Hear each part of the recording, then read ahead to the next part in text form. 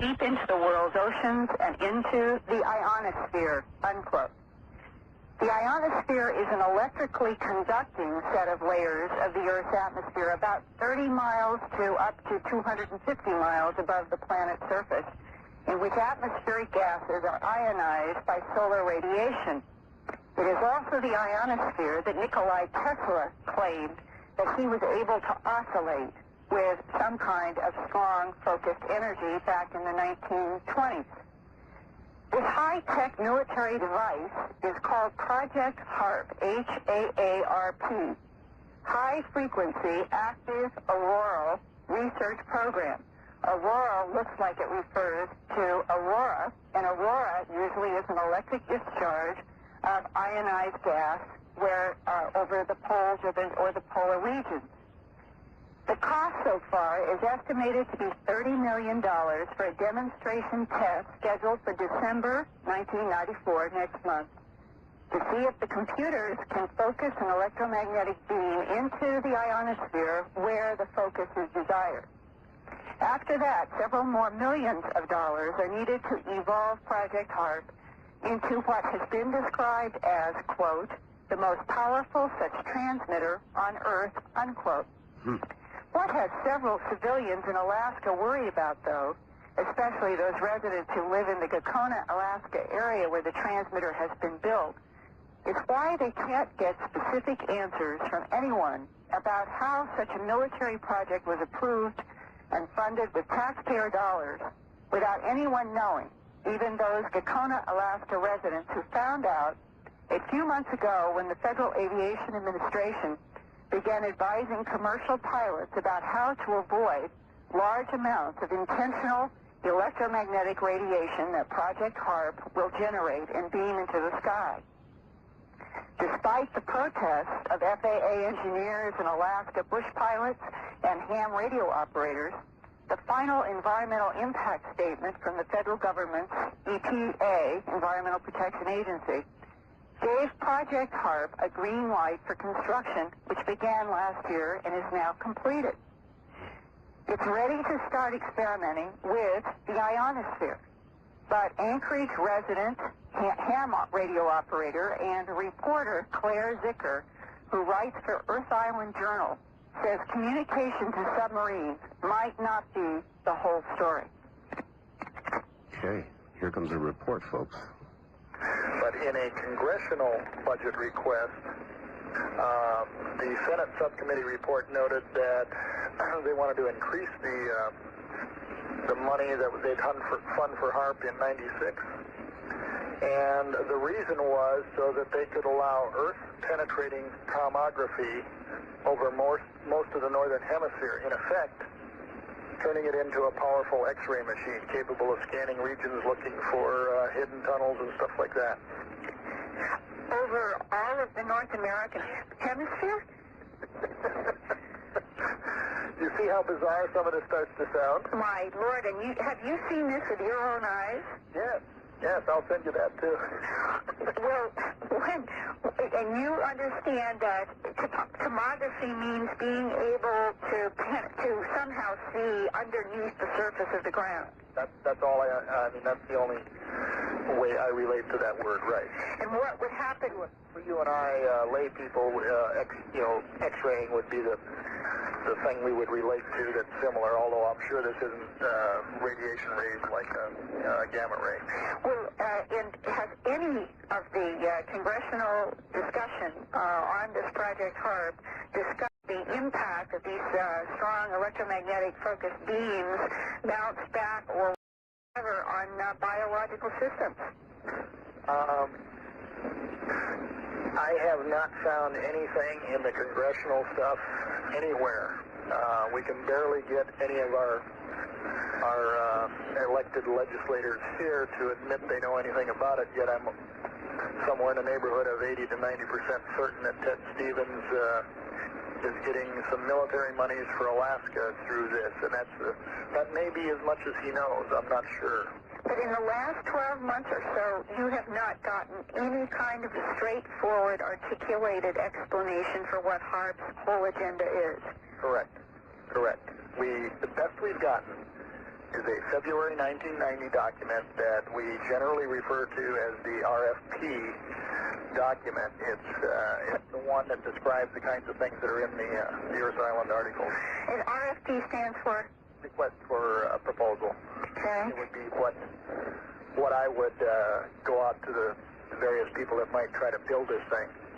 It would be the meeting where they all got together and you know, they picked some bidders and who? What the bidders could do, that kind of thing. Who wrote that RFP and held the meeting? Air Force and Navy. So it's an Air Force Navy sponsored project. Yeah. And Phillips Labs, geophysical labs at Hanscom is the main control point that we've been able to ascertain. There's some among us that believe Los Alamos may be the real control point, but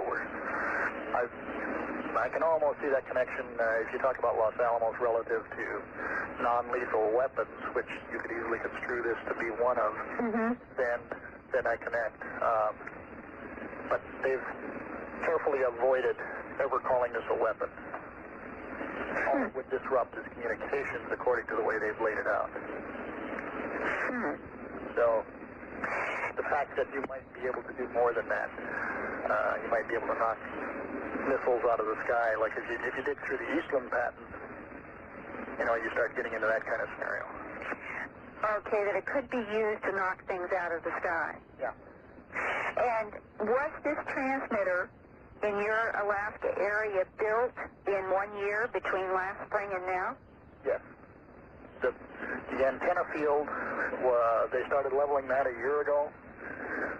You know, laying in gravel pad, flattening it, and all that sort of thing. The antenna substructures, I drove by them in August and took a sneak drive in there and looked at it when I was out that direction on vacation. And I've since seen air photos in a local news magazine from that area of more or less completed antenna field where they've got the actual crossed dipoles out there now.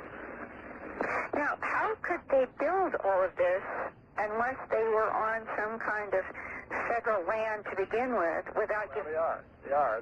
That's an old over-the-horizon radar site that got shut down when, the Berlin Wall came down.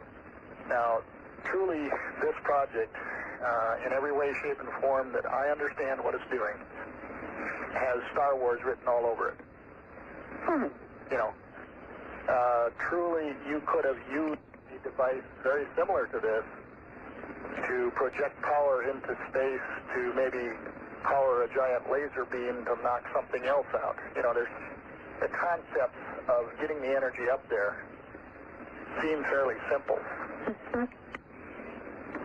So this may have been a continuation of an SDI project, but renamed and reconfigured because we are supposed to be out of a Cold War.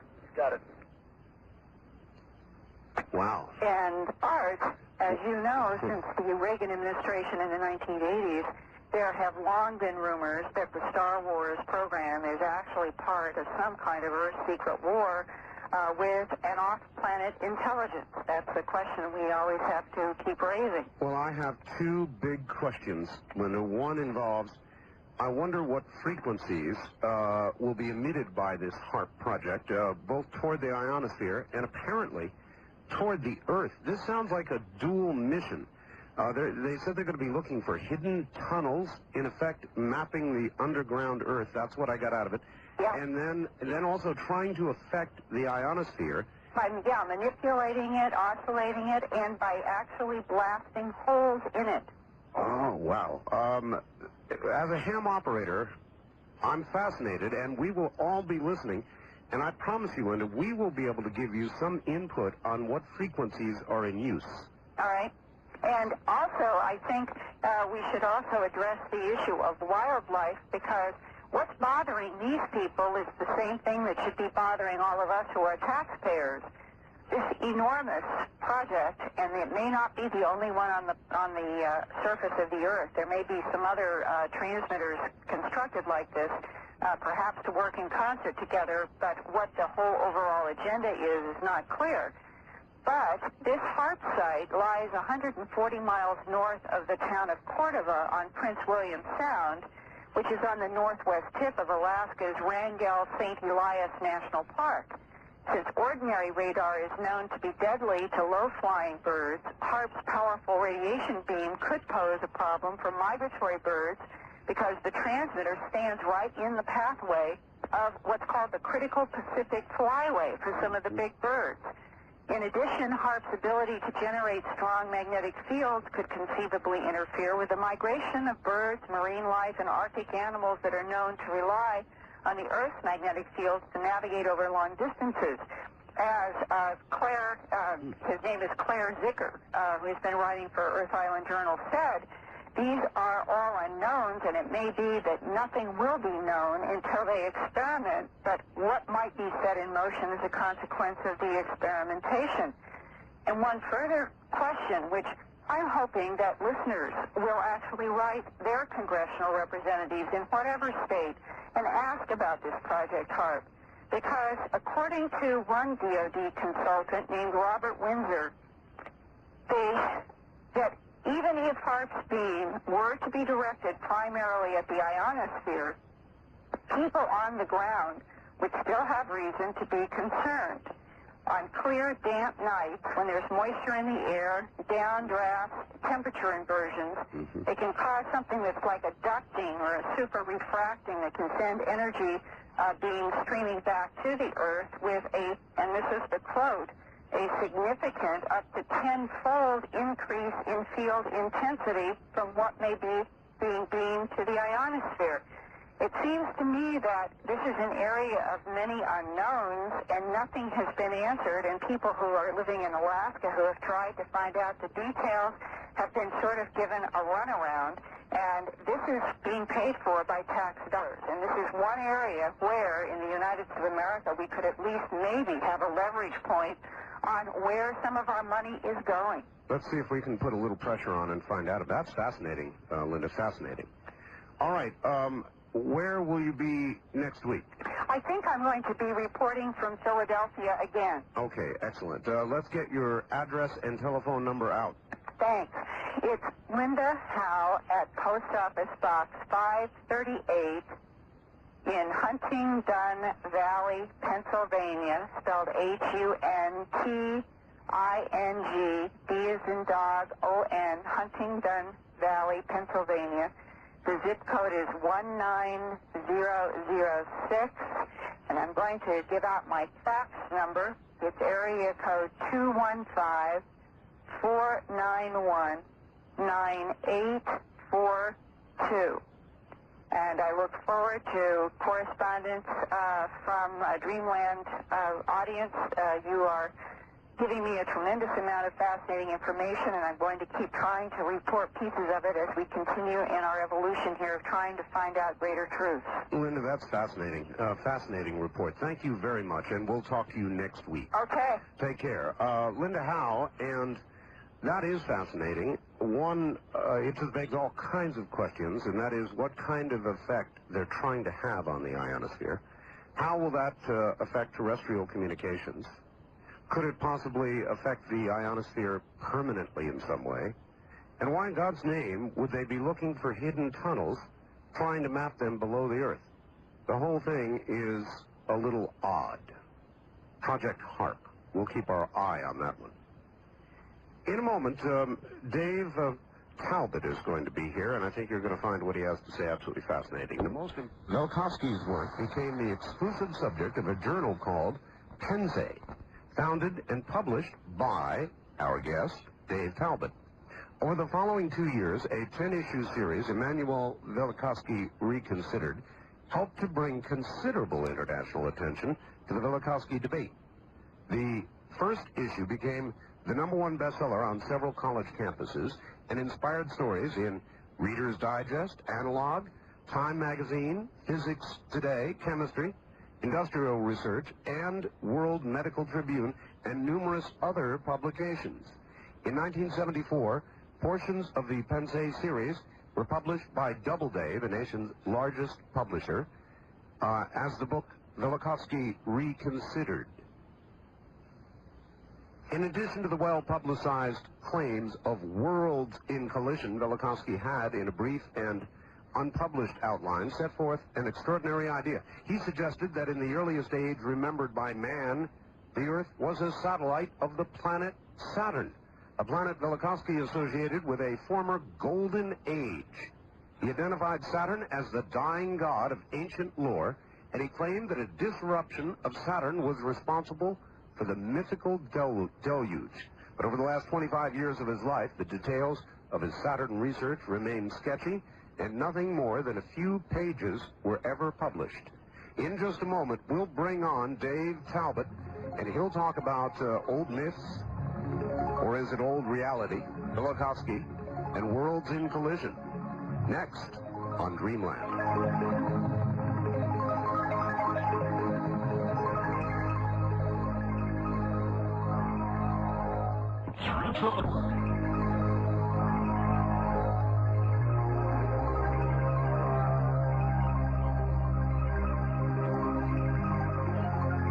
Pre-recorded, previously broadcast You're hearing program. Dreamland with Art Bell. To participate in the program, call toll-free 1-800-618-8255. 1-800-618-8255. First-time callers, area code 702-727-1222. Or the wildcard line at 702-727-1295. This is the CBC Radio Network. Was there really a time when people on Earth looked up to see planets in close passes, or perhaps even worse, in contention with Earth? Were planets that close? Was Earth a satellite of Saturn? Let's find out. Dave Talbet is my guest, and he comes to us, I think, from someplace up in Oregon. Dave, are you there? I am indeed, sir. It's Beaverton, Oregon. Beaverton, Oregon. All right. Well, all right, I'm a little sketchy on your work and on that of Mr. Velikovsky, so catch us up. Help us. Okay, will do. Velikovsky published a book called Worlds in Collision in 1950. It was a #1 bestseller. It started a horrendous controversy that has gone through some ebb and flow over the past 45 years, but Velikovsky himself, who came to his study with a great deal of prestige academically, was wholly disgraced by the scientific community with that publication. Velikovsky had been a colleague of Albert Einstein's and other leading scholars internationally, but the scientific community was not able to endure Velikovsky's publishing a book of the sort of Worlds in Collision. In that book, Velikovsky argued that the solar system as a whole has been unstable in historical times. Most specifically, and what got Velikovsky in the worst trouble was his claim that the planet Venus, only a few thousand years ago, had coursed through the solar system as a comet-like body, and it nearly collided with the Earth on 2 occasions with devastating results. Particularly because Velikovsky used ancient historical sources, astronomical texts and mythological sources. The astronomical community and the scientific community believed that he had lost it, basically. And that was the beginning of a controversy that has continued. One thing that began in the early 70s was that a number of scholars took real, serious interest in the Velikovsky question and began pursuing independent lines of research to see just how solid were Velikovsky's basic ideas. That was the time that I got interested in Velikovsky.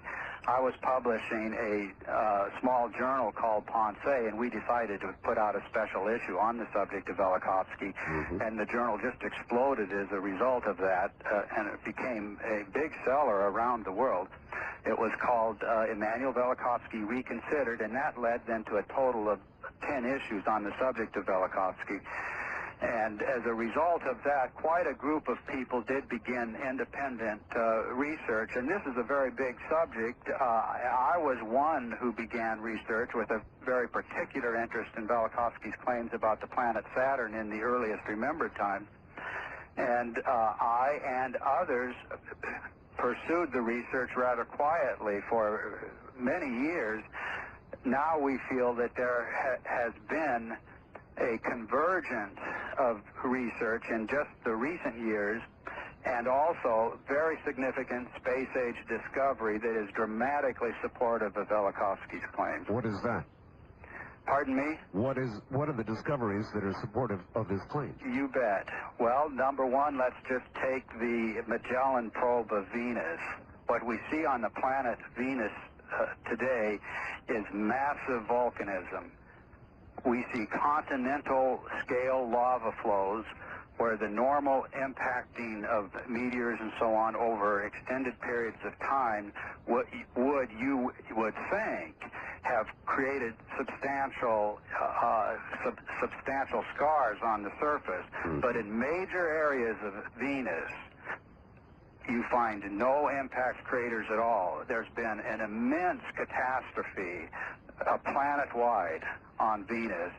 There are many converging lines of evidence that are emphasized now from the Magellan probe and with leading physicists and astronomers debating each other as to how it could happen that this surface was so recently sculpted.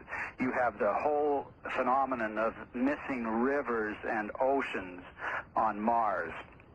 By some force, who knows what, water descended on the planet and then it boiled off.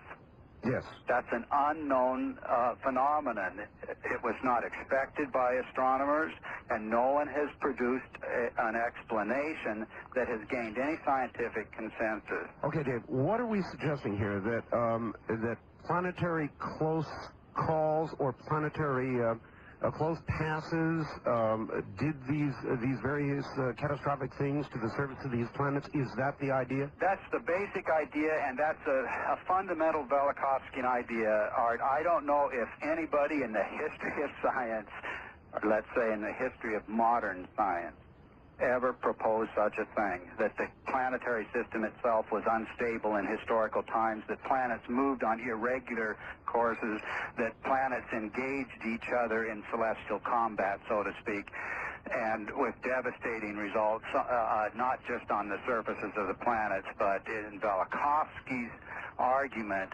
mankind witnessed such cataclysms, civilizations were devastated, and a collective memory of those events was perpetuated in the form of ancient myth.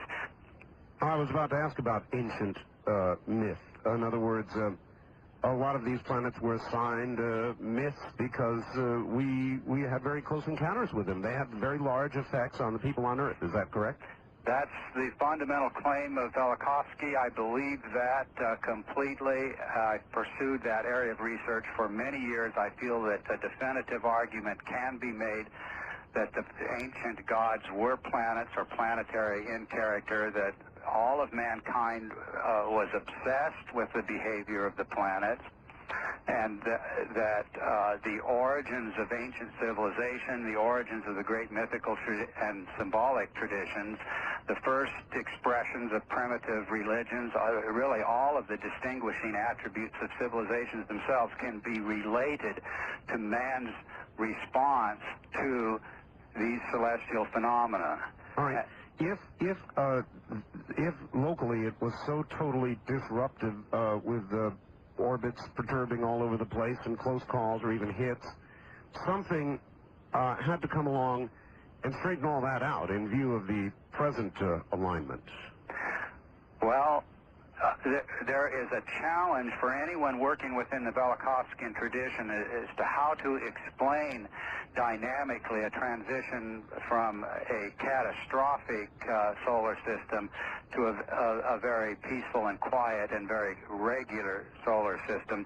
And there are physicists who are working diligently in that area. I have to emphasize, Art, I am not a physicist myself, and I have pretty much focused my own attention on the ancient records, but the question you ask is indeed a very valid question and is being actively discussed now. I do firmly believe, from what I've been able to pick up on these issues theoretically, that the answers are there, that we don't have to go outside of present understanding and so on to come to see how that kind of a transition was made. But the dramatic claim of all of the Velikovskyan researchers is that the solar system was only a few thousand years ago very unstable. Precisely, because that would be the age of that myth. So that was not long ago at all.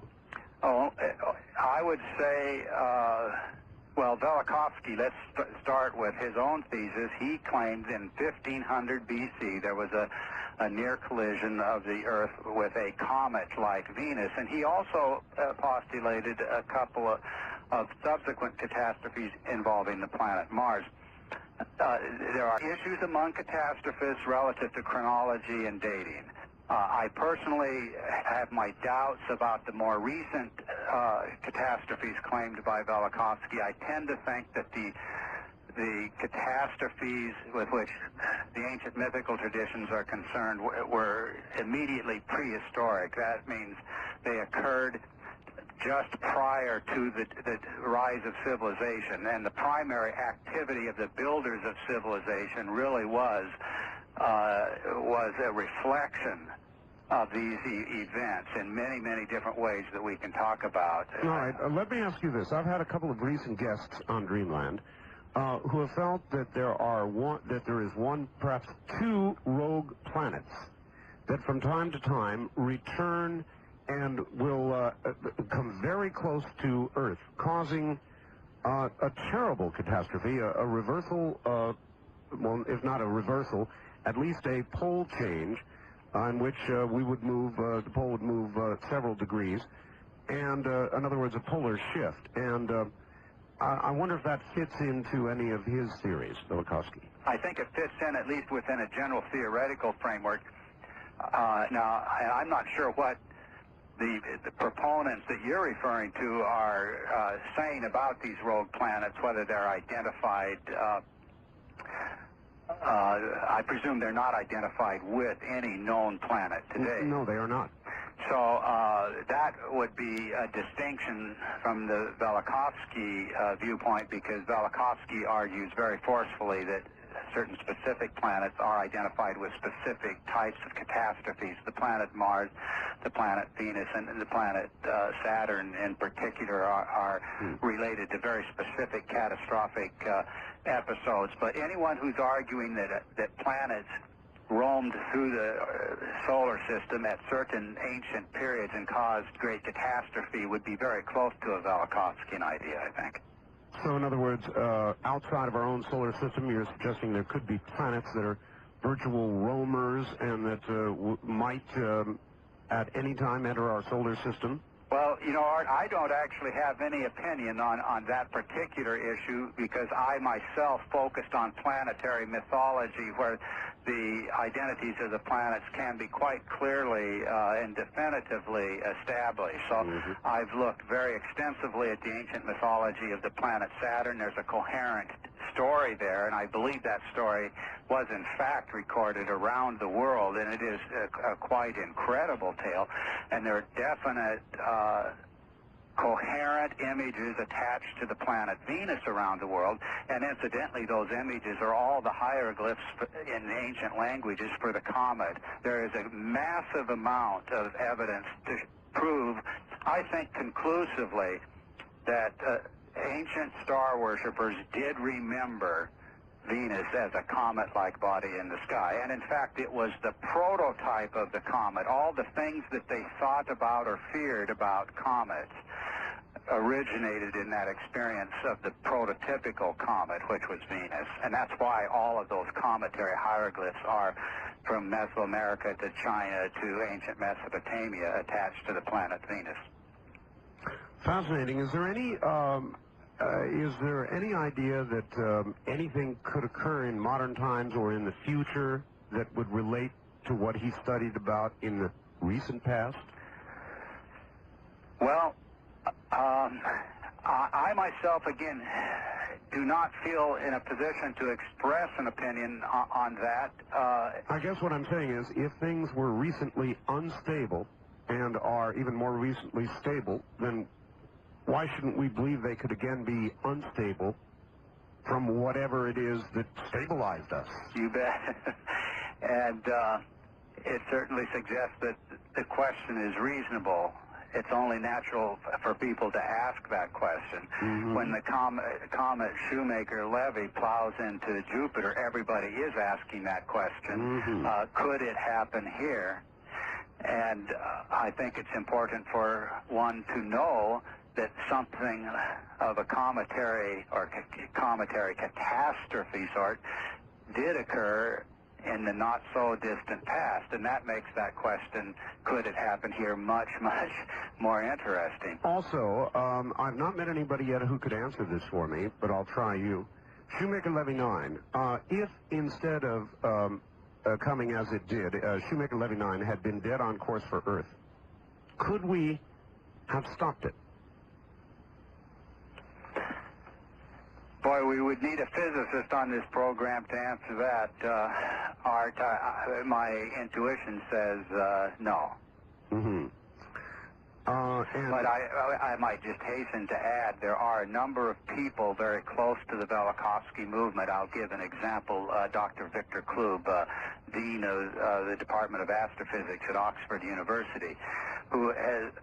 Well, Dr. Klub himself has argued that only a few thousand years ago major cometary catastrophes did affect the Earth, and he is arguing for a mobilization of international resources to find the means to fend off that kind of an intruder. Yes, indeed.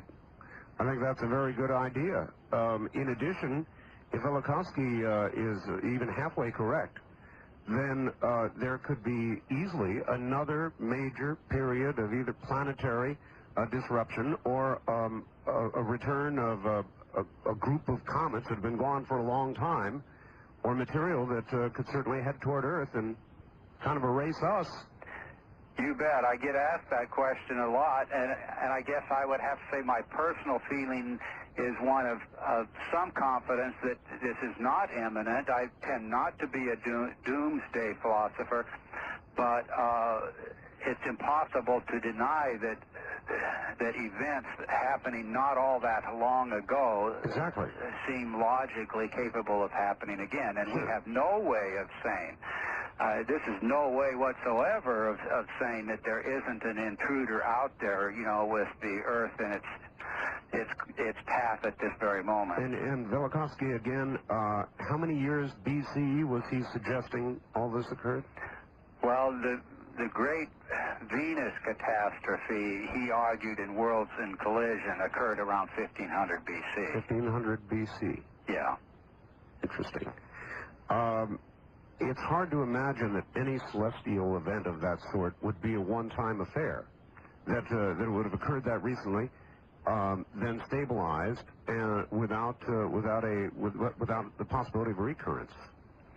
Well, I don't know how you would go from a very stable planetary system to the type of unstable planetary motions that are indicated several thousand years ago. Well, to what does Velikovsky attribute the instability that he talks about not that long ago? Okay, well, here's the problem when you're approaching something from a historical vantage point like this.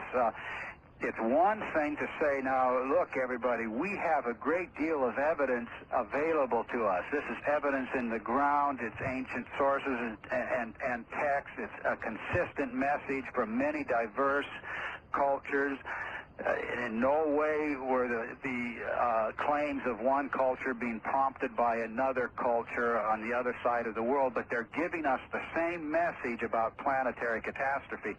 Now, it's one thing to begin assimilating that evidence and to see that there's a coherent message there and to say, well, we have to begin dealing with the fact that there is a coherent message here. They are talking about an overwhelming catastrophe, and they are assigning to Venus the cause of this catastrophe as a comet-like body of a very terrifying sort. That's an absolutely terrifying thought.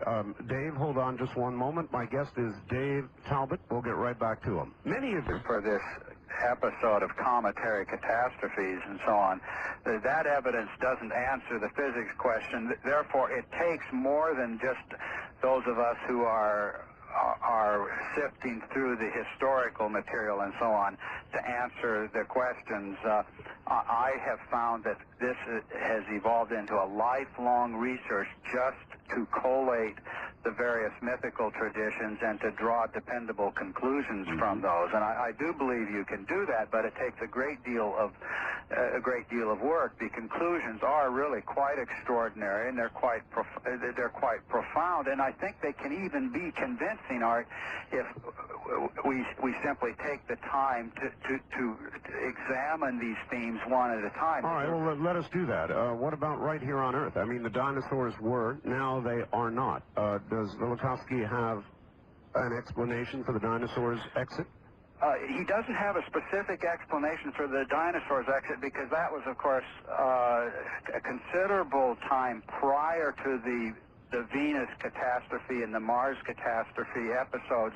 But he argued in Earth in Upheaval that there have been major catastrophes going far, far back in time, and the extinction of the dinosaurs now said to have involved a catastrophic event is very Velikovskyan in sound. It certainly is. All right, Dave, hold on. We're at the top of the hour. We're going to break for news. We'll be right back. Dave Talbet is my guest. Velikovsky reconsidered right here tonight. Good morning, everybody. Good morning. That's my regular syndicated show speaking out. Good evening, everybody. This is Dreamland, and I'm Art Bell.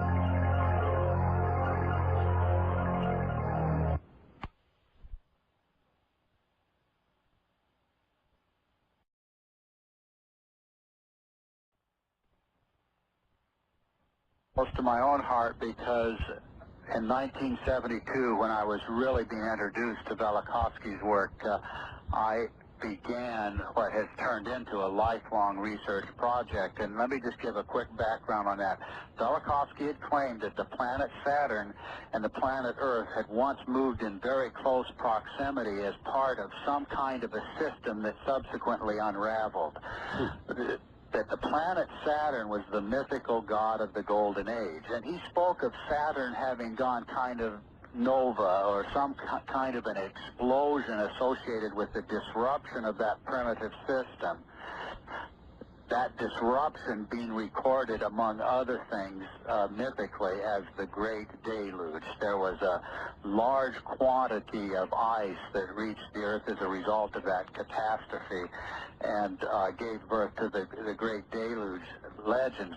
But that was just an outline of an idea, and Velikovsky never really drew out all the implications of that idea, and nothing was ever published officially by Velikovsky, but I found it extremely interesting, and it was kind of an open field to begin seeking out the evidences historically to see if something like that really could be substantiated.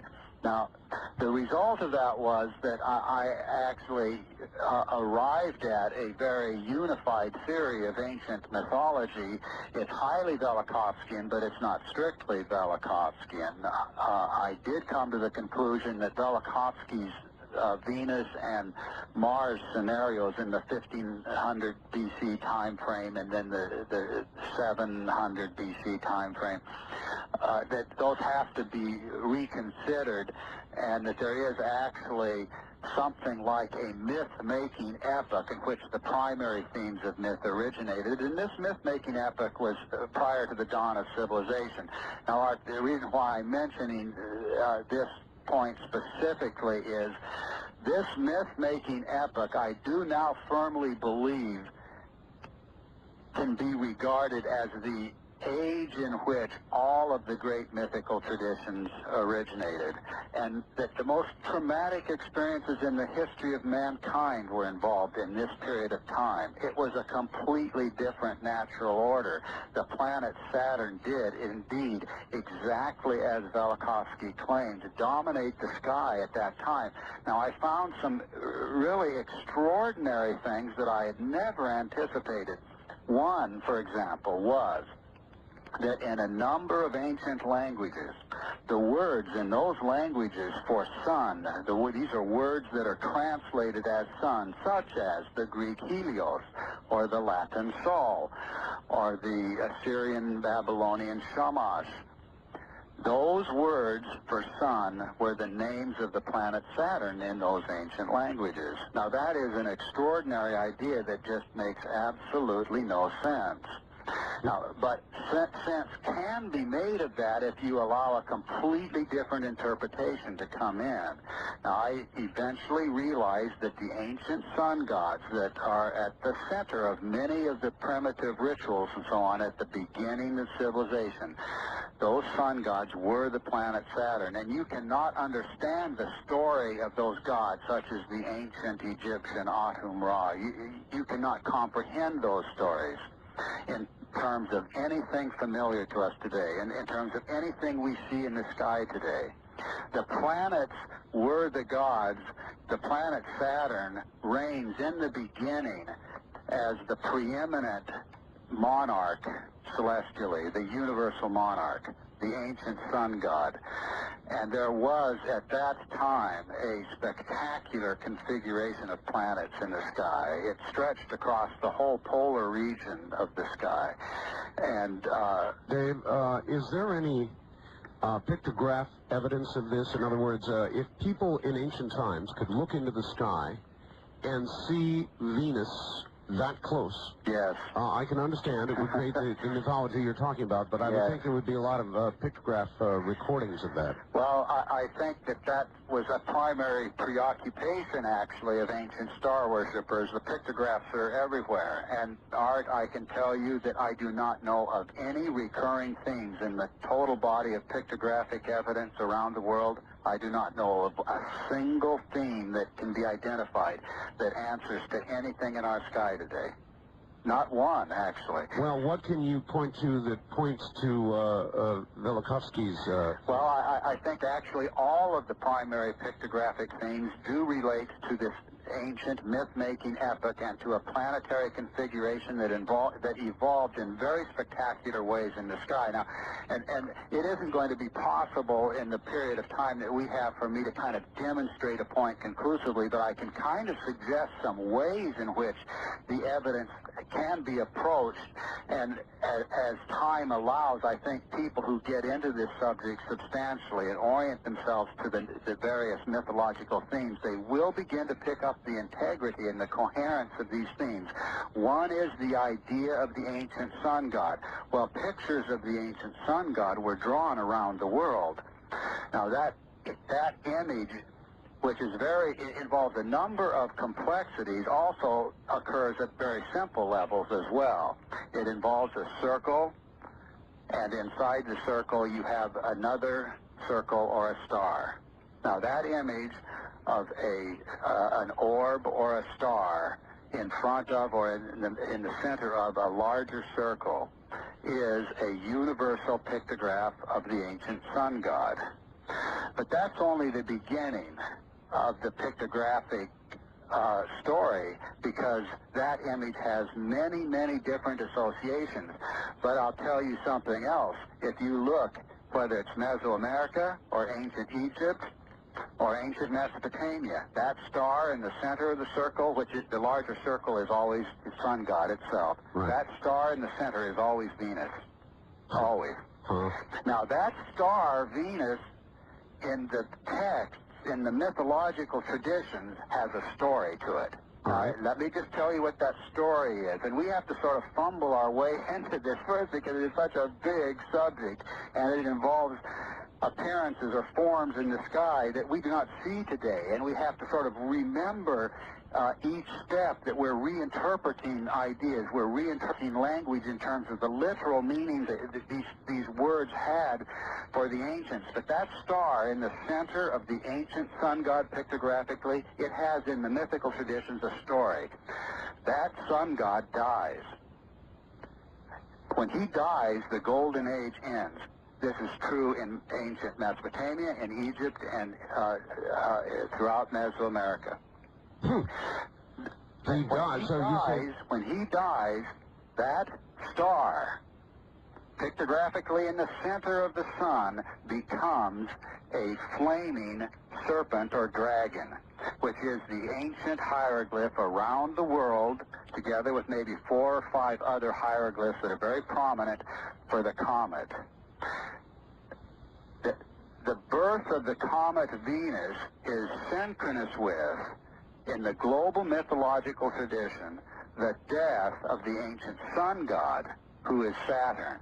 Now, whatever else one may think about these ideas, and you have to just gradually draw them out, it's a universal tradition, and it has not been previously detected by scholars. The reason it has not been previously detected by scholars is that they have tended to work in specialized realms. And when they have seen such anomalies as the name for the word translated, or let's say the name for the sun, meaning actually the planet Saturn, they think they're dealing with a local anomaly. So what is that suggesting occurred? That there was a pass close enough to us? Well, no, let's see if we can answer this question first, then. What was happening fundamentally at that time? Right. We were part of a planetary system in which the planet Saturn loomed throughout the age, remembered mythically as the Golden Age. It loomed as an immense body in the sky.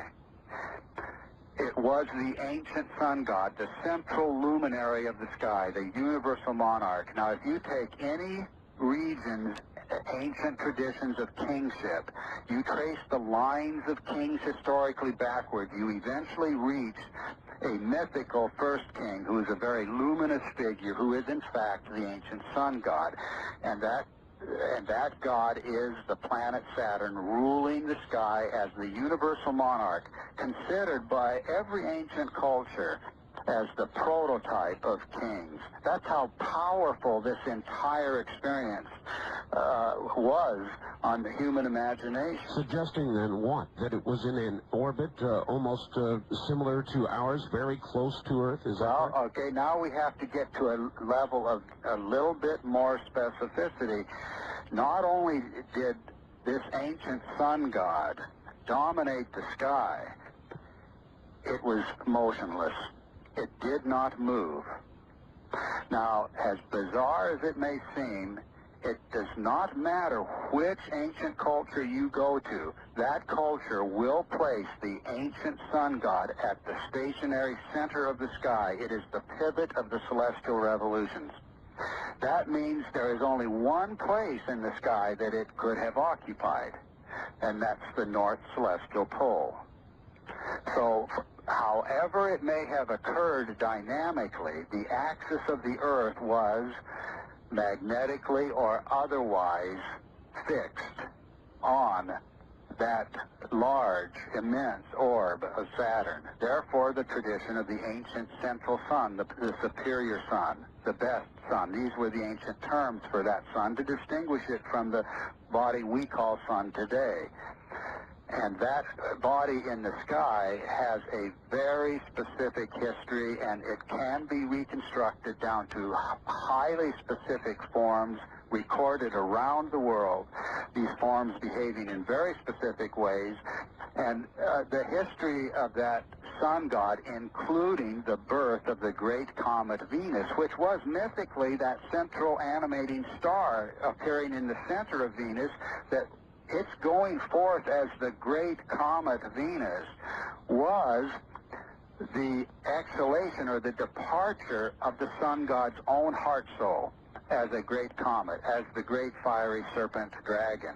And then there follows a period of incredible catastrophe, remembered as cosmic night, the wars of the gods, tremendous upheavals, and then a regeneration of the sky in a substantially transformed order. And this great comet Venus is just raging across the sky as this mother goddess figure with flaming disheveled hair, or as a flaming serpent battling other powers in the sky.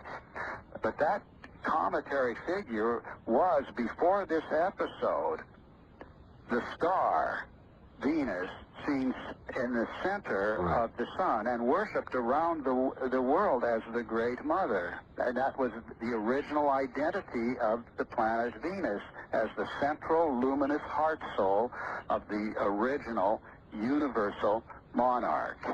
Huh. All right. If that was the order of things, is there any suggestion what mixed up the order of things, turned it into a comet, realigned everything? Is there any suggestion in Velikovsky about? Well, now, I have to first hasten to add, this reconstruction of a Saturn thesis and so on, it is Velikovskyan at its inception. The work started under an inspiration provided by Velikovsky. Velikovsky never said that the ancient sun gods were the planet Saturn. So this is... that was my own research, but it is very well substantiated. And the idea of the central sun, in fact, has been noted by comparative mythologists on many occasions, but they've noted it without explanation. And when they've noted it, they have not also noted that that figure involves a name that was the name of the planet Saturn. So I did take the research significantly beyond Velikovsky's seminal work, and it began then a lifelong study of what I regard as the myth-making epoch, a discrete period before the birth of civilization in which man experienced extremely catastrophic events. They were the most traumatic experiences ever for mankind, I believe, and at the same time experienced celestial happenings and celestial events that were incredibly beautiful. And there was a yearning to return, for example, to Saturn's paradisal age, the yearning for paradise, the yearning for the golden age of Saturn. Remember that when Saturn is said to have ruled the world, that was an epoch of cosmic harmony.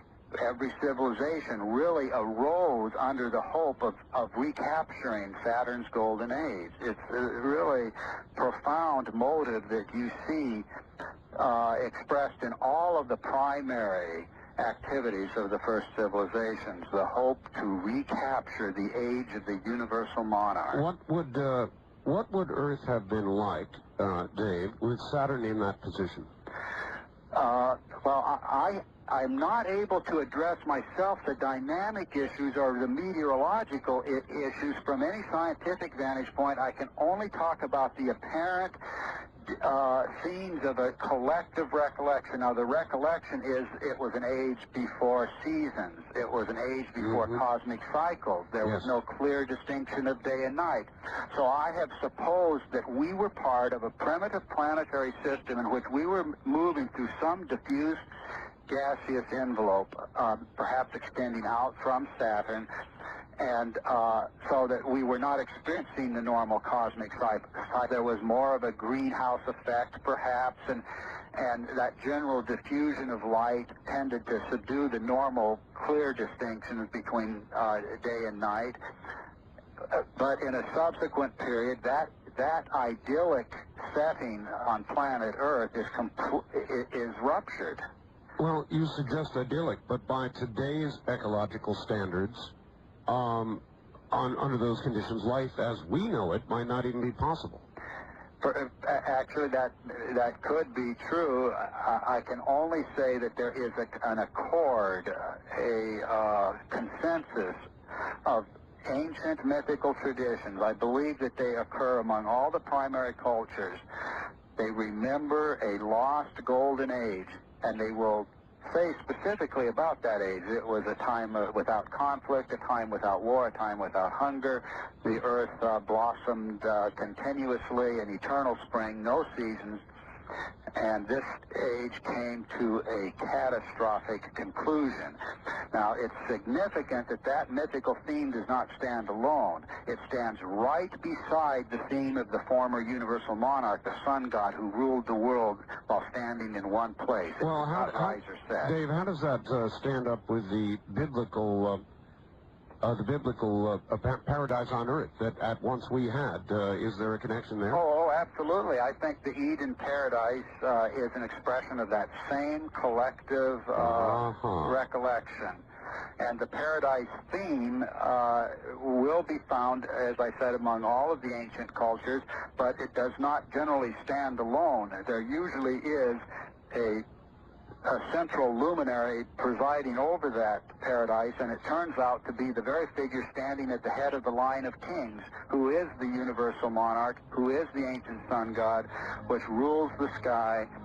All right, Dave, we've got to hold it right there. We're going to take a break here at the bottom of the hour. We'll be back and open the telephone lines for Dave Talbet, who's talking about Velikovsky and more.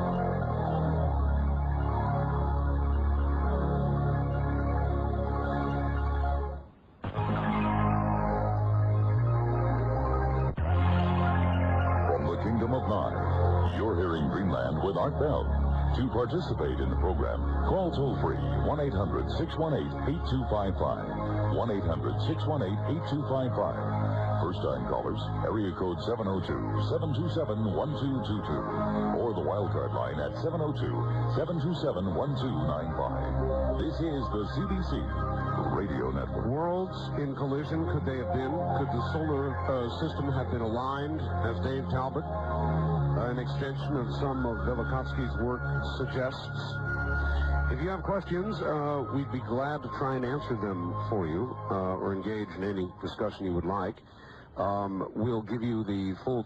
All right, back now to Dave Talbot. Dave, are you there? I am indeed. All right, Dave, let me do just one thing. Let me give out a full set of numbers here. We're going to open the lines right now.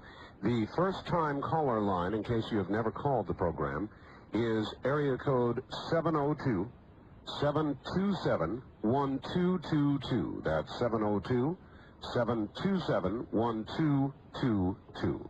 We have the wild card line, several of those available at area code 702-727-1295. 702-727-1295. And finally, for everybody east or west of the Rockies, toll-free, it's 1-800-618-8255. 1-800-618-8255. Let the lines ring, please. Until they are answered, we will come to you as soon as it is your turn. Are you ready, Dave? I am, sir. All right. Here they come. On the wild card line, you're on the air with Dave Talbot. Hi. Hello, how you doing, Dave? Very good, sir. Yeah, I was interested. I heard you talking about how Venus may have entered the solar system as a comet, and I was going to say that might explain why it rotates the sun in the opposite direction of the rest of our solar system. Yes, the physicists who have expressed an interest in this subject, and there are some very well-trained, very competent engineers and physicists and astronomers with a strong interest in this subject, they do emphasize the anomalous rotation of Venus. It rotates reverse from the other planets and very, very slowly. That's one of a list of anomalies about Venus and so on that are very noteworthy and have gained a lot of attention from the Velikovsky. I've often wondered if there could be a series of planets on the opposite side of the sun that rotate possibly in the same gravitational plane or maybe in another gravitational plane of the sun, and maybe, as you know, different planes of the sun rotate in opposite directions and at different speeds, I believe, or maybe not at different speeds, but they rotate in opposite directions and they rotate separately. Okay. This is, I'm sorry to say, outside completely my own area of expertise. All right. All those subjects are very fascinating to me, but I just have to defer to people who are really expert in that area. All right, very good. On the first-time caller line, you're on the air with Dave Talbot. Hello. Hello. Yes, sir. Where are you? I'm in Burden, Kansas. All right. Okay. Go ahead. You're on the air, sir. Go ahead. Yes, I read Velikovsky in the early 70s, and at that time, I just from my understanding of Velikovsky, I made some predictions myself that have subsequently been proven by science, like the hole in the center of the galaxy. One of the predictions that I involved was that the solar system travels through the galactical plane. And a couple of weeks ago, on Art Bell's A Message from Mary, he described a wave coming across. Well, this would fit into the prediction that I made about the galactical plane having a wave. Do you know anything about this, and has your studies led you to believe anything in this regard? I'm all ears when anyone starts talking about that, but they'll have to teach me on the subject. I have no training in these areas. I've been so completely preoccupied with sifting through the ancient material and reconstructing the primary themes around the world that I have not had the time, except for more incidental discourse with astronomers and physicists that are pursuing the Velikovskyan areas of research. It would be nice to sort of have a Velikovskyan physicist, for example, sitting alongside me here, because these questions are very fascinating. And I'm sorry, I have nothing that I could say to add to your comments. All right. On the wildcard line, you're on the air with Dave Talbot. Good evening. Good evening, sir. Hello? Hello? Yes, turn your radio off, ma'am. Ma'am. Yes, turn your radio off, please. Okay. Okay, where are you calling from? I'm calling from San Diego. San Diego. Go ahead. I'd like to find out about Zechariah Sitchin's book, if that has any corroboration with what this gentleman has to say. No, I think we're actually working in completely different fields of research. My own emphasis has been on planetary mythology. I've gone back and I have looked into all of the themes relative to ancient planets and celestial bodies. I personally concluded that the great themes of myth do have a very direct relationship to a spectacular planetary configuration in the sky. I believe that configuration can be reconstructed down to a surprising level of detail, and that the story is truly coherent or consistent from one culture to another once you recognize the original meanings of the symbols.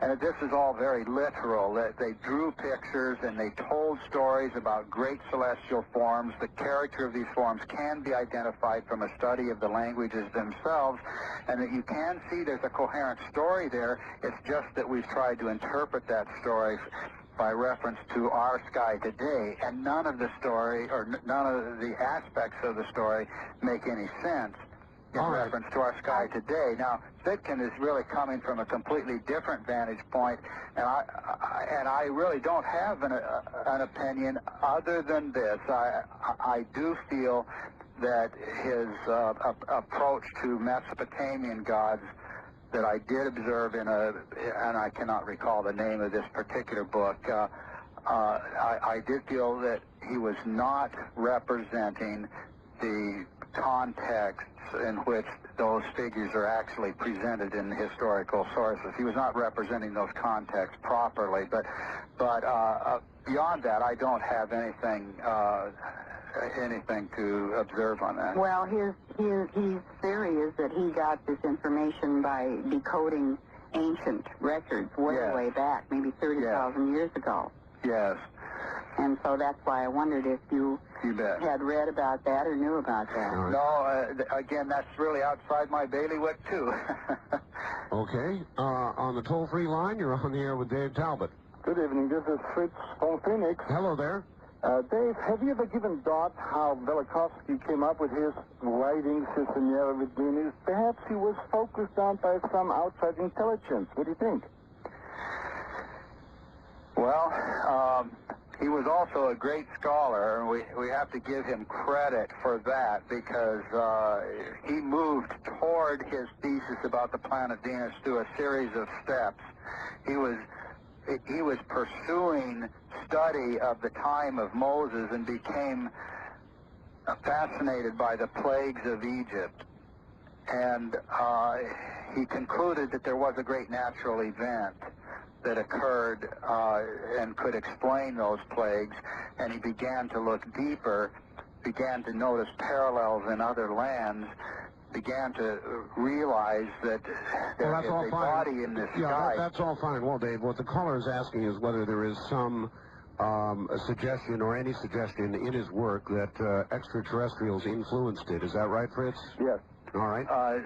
No, I think actually there is, to the contrary, evidence that he worked through a systematic set of findings to draw his conclusions. So the answer is no? I really don't think so. All right. On the wild card line, you're on the air with Dave Talbot. Hello. Hi. I just wanted to comment on the extraterrestrial aspect of the last caller. Yes. That Semyasi, in the Zoe Meyer contact in Switzerland, talked about a great event that occurred where basically the magnetic fields of our solar system were disrupted, and there was all the planets changed position. And this happened sometime between 12,000 BC and the best that I can tell around 2024 BC. And she also talked at the same time about a special relationship that we had with Saturn. Oh. So I just wanted to point that out in terms of the ET involvement. All right, thank you. Okay, in other words, Dave, if you're working from known mythology, some of these folks are coming from a different direction, but the story seems very similar, and it would seem to me that in your work, you might want to investigate some of these avenues that would tend to corroborate what Velikovsky said. I will indeed consider any relevant information that is passed on to me, and I do have an interest personally in these other subjects, and will always try to keep an open mind on them. The area of my own research has been on historical material, as I've said, so I just find these other dimensions fascinating and would like to know more. Well, in pictographs and or even in mythology, Dave, there's a great deal suggested about extraterrestrial visits or visitors from elsewhere in very ancient times. And so maybe there is some sort of connection. On the first-time caller line, you're on the air with Dave Talbot. Hi. Hi. This is Dick. I'm calling from Reno. Yes, Dick. We have not been able to receive you tonight because this lousy station, KOH, has preempted your program with a football game. Well, don't say they're lousy. Well, they are. Actually, they're a very good radio station, and they will carry the program after the game. I would like to suggest that you get on KNX because of the skip. KNX comes up here very well. Yes, I'm well aware of KNX. And it's a much better station. Yes, well, KNX doesn't do talk, sir. They do news. No, I know. We listen to it most of the time, except when you're on. I see. Anyhow, this station has many problems, technical, and they have the worst conceivable local commercials you can imagine. Well, you know, if I were you, I would be very careful about slamming your local affiliate, or you may end up with none at all. Well, none would be better than this. Sorry. Thank you. And again, I would be very careful about doing that. You're going to end up with no affiliate at all. On the toll-free line, you're on the air with Dave Talbot. Hi. Hi, I'm Andrew. I'm calling from Laguna Beach. Hello, Andrew. Hi.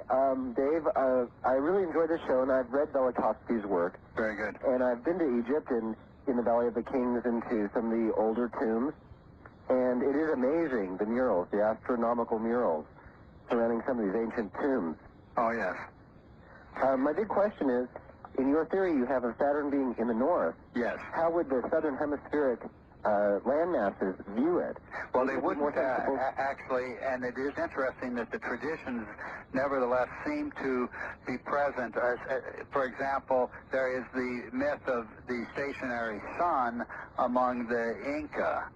Now, one of the great experts on Mesoamerican and South American mythology, Zelia Nuttall, noticed that that myth was really the myth of the polar sun god, but it must have been carried down south of the equator and so on by migration over time. You even see the same indications of myths of the central sun and so on, and associations with the axis and pivot of the turning sky among the Aborigines of Australia.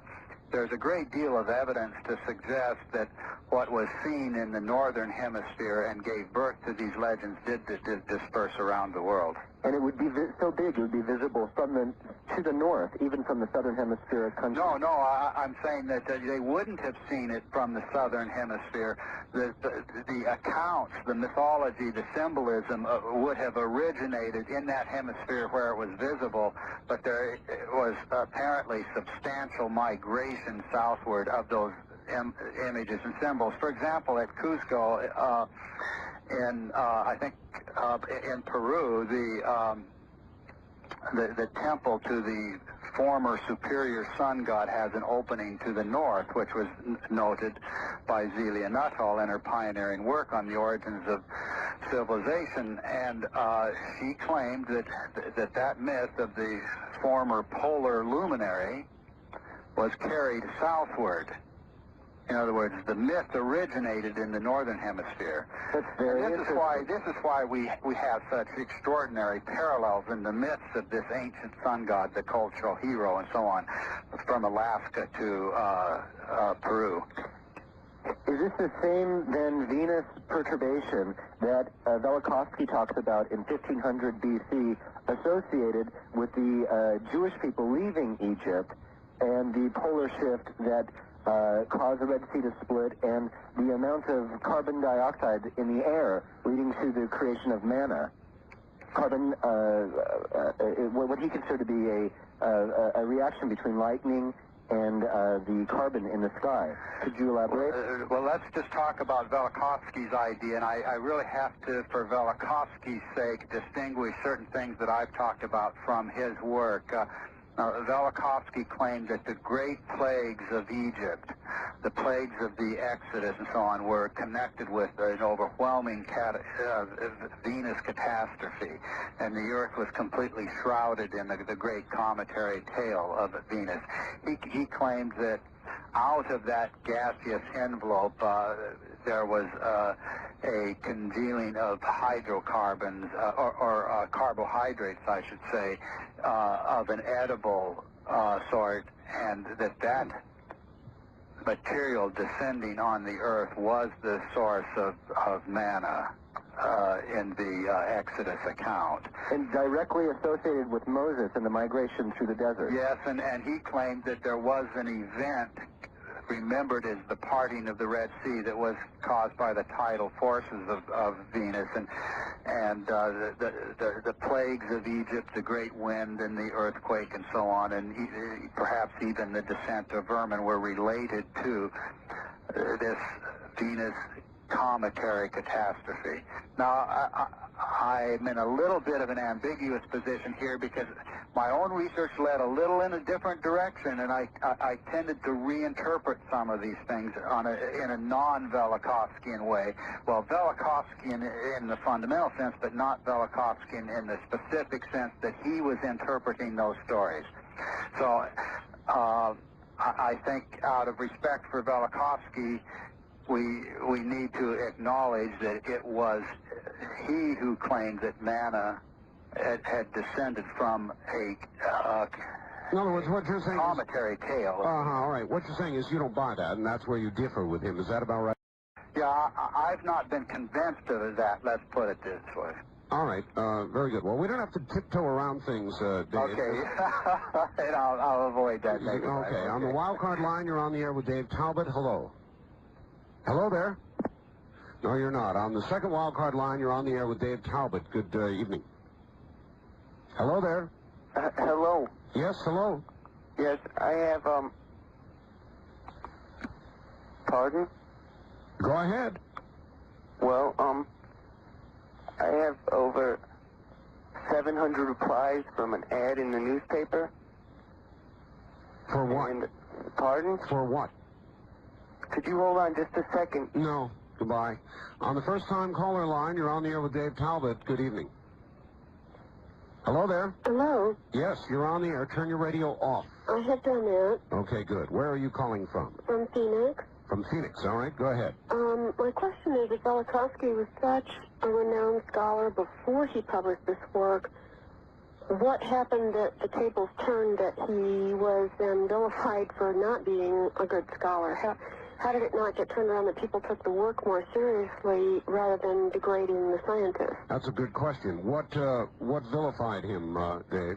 Well, he claimed certain things that the scientific community as a whole felt were completely incredible. And they would never believe that only a few thousand years ago planets were moving on such erratic courses. They would never believe that ancient mythology, a completely discredited source, could provide you a level of evidence on which you could challenge the foundations of modern science. Science has always assumed, in considering the planets, that those bodies have moved on the same courses for many, many millions of years. Well, and entire schools of science have actually been founded on those premises. Yes, well, it would seem to me to support the biblical version of things, Dave. Yes. And you do agree with that. Now, as you know, the Bible claims that creation is not very old, that things were very different not very long ago, cosmically, just a few thousand years, and this would tend to support that. Isn't that correct? Well, I don't think Velikovsky believed that he was supporting that kind of literal interpretation of the Old Testament and so on. Well, whether or not he thought it, did think that they thought that that's what Velikovsky was doing. And in a sense, he was throwing his weight behind those kind of literal interpretations of the Old Testament. All right. On that note, we've got to pause. Top of the hour. You're listening to Dreamland from the High Desert. I'm Art Bell.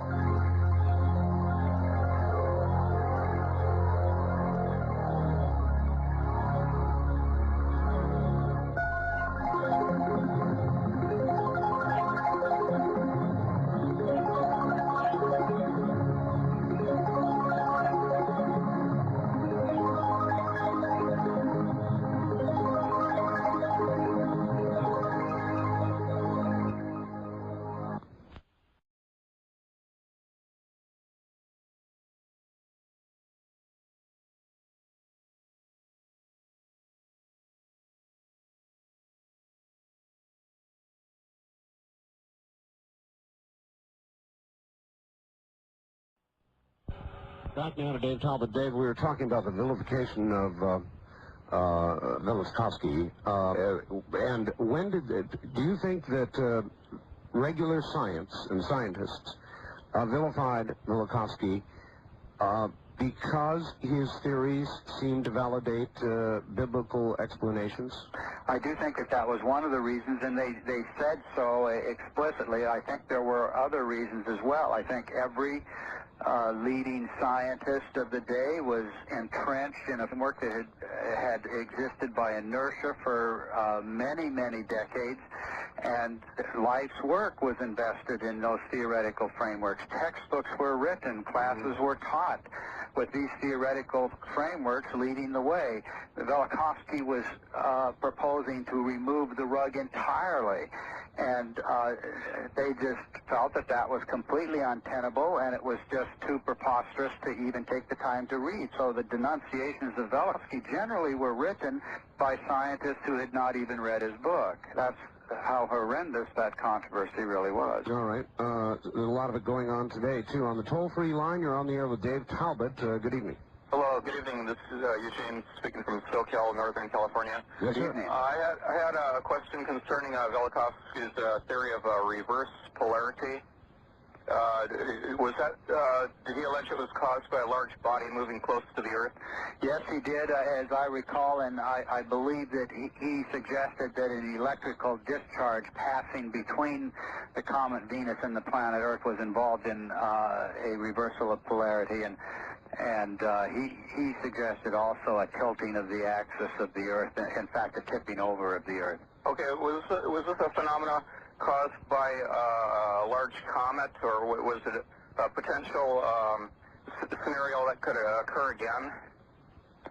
Did he predict it may occur Well, I guess again? as Art himself was emphasizing, if it happened once, why couldn't it happen again? I don't have any reason to say that it will happen again, but I couldn't say that it never will. Okay, I had one other question that's sort of related.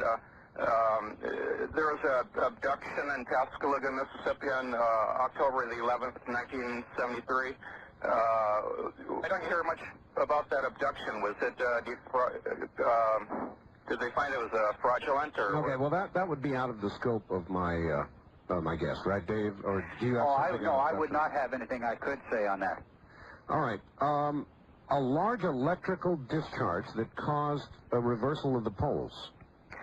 Well, the Earth, according to Velikovsky, on a very close passage of the comet Venus, was seriously disturbed on its axis. The axis tilted and perhaps turned over.